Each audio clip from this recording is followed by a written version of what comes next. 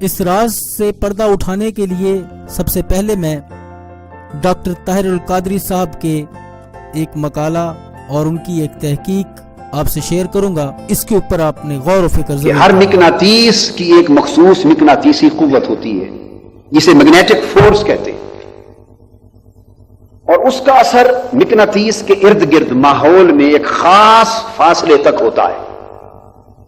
جتنا طاقتور مقناطیس ہوگا اسی قدر زیادہ فاصلے تک اس کا اثر ہوگا، وہ مؤثر ہوگا.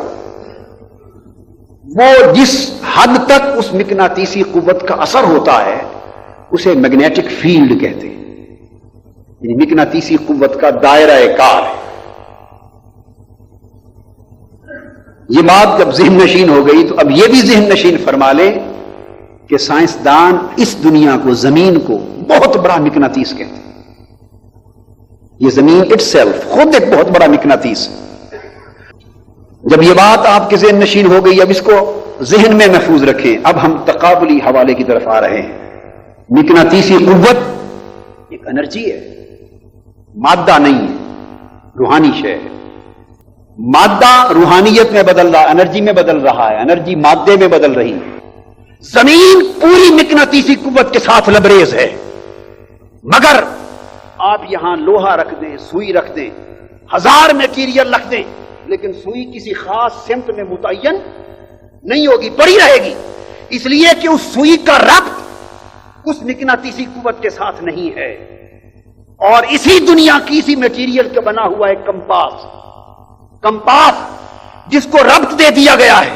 وہ کمپاس سمجھتے ہیں نا آپ، جس سے وہ سمت قبلہ معلوم کرتے ہیں. اس کمپاس کو رکھ دیں، وہ پھر فور آپ جہاں بھی ہوں گے وہ اپنی سمت کو جنوباً اور شمالاً متعین کر لے گا.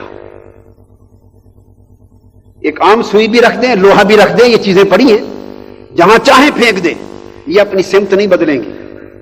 اسی جگہ پر کمپاس کو رکھ دیں، وہ فوری اپنی سمت بدل لے گا، نارتھ اور ساؤتھ میں ہو جائے گا. وجہ یہ ہے کہ زمین کے دو پولز ہیں، نارتھ پول ہے اور ساؤتھ پول ہے. شمال اور جنوب کے دو مرکز ہیں جہاں سے مقناطیسیت کی قوت پیدا ہوتی.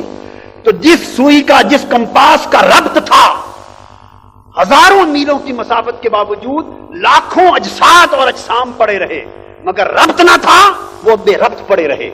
جس کمپاس کا ربط ہو گیا اسے زمین کے جس خطے پر لے جائیں اس کا چہرہ اس پول کی طرف ہو جاتا ہے. اسی طرح یہاں لاکھ جسم ہیں انسانوں کے، مادیت زدہ جسم، تباہ و برباد جسم، تعفن زدہ جسم، جن کا کوئی ربط نہیں ہے نہ اللہ سے نہ اس کے مصطفیٰ سے، جو فقط مادیت کا ڈھیر ہے. ہم اور آپ پڑے ہوئے بے ربط ہیں، بے نظم ہیں، پڑے ہوئے ہیں، کوئی سمت نہیں بنتی. وہ لوگ جو خود بے ربط ہیں وہ یہی کہتے رہیں گے کہ ربط بن نہیں سکتا، مگر وہ لوگ جو اپنے دل کو کمپاس بنا لیتے ہیں اور مدینہ کے پول سے ربط قائم کر لیتے ہیں، وہ جہاں جاتے ہیں مصطفیٰ پاک کا چہرہ ادھر ہوتا ہے، ان کی روح ادھر ہوتی ہے، ان کا ربط قائم ہو جاتا ہے. اس زمین کا ارتھ کا نارتھ اور ساؤتھ پول ایک سوئی کو ایک خاص ڈائریکشن دے سکتا ہے، اور تاجدار کائنات کی توجہ انسانی قلب و روح کو ڈائریکشن نہیں دے سکتی. آپ نے نہیں دیکھا یہ اپالو 11 اور 12 جب چاند پر تسخیر کے لیے جا رہے تھے تو اپالو 11 امریکہ میں سائنسدانوں نے اپنی لیبارٹریز اسٹیبلش کی تھی. چاند گاڑی چاند پر اتر رہی تھی، مگر ہدایات زمین کے اس مرکز سے دے رہی تھی. کوئی تاریں تو نہیں لگی ہوئی تھی، ایک ربط تھا. وہ ربط انسان نے پیدا کر لیا ہے. زمین پر بیٹھ کر چاند کی پرواز کرنے والوں کو ہدایات دے رہا ہے، وہ ہدایات دے رہی ہیں. راستے میں سفر کے دوران اپالو 11 کی غالباً بات ہے، ان کا ربط ٹوٹ گیا، ہدایات منقطع ہو گئیں اور وہ سفر میں تباہ و برباد ہو گیا. وہ جو گردش نظام ہے اس کی نظر ہو گیا اور وہ منزل مقصود تک نہ پہنچ سکا. اور اپالو 12 یا 11 جس کا ربط قائم رہا وہ اپنی منزل مقصود تک پہنچا اور تحقیقات کے بعد پلٹ کر واپس بھی آ گیا. جس طرح اپالو کے سفر کے لیے امریکہ میں قائم کردہ مرکز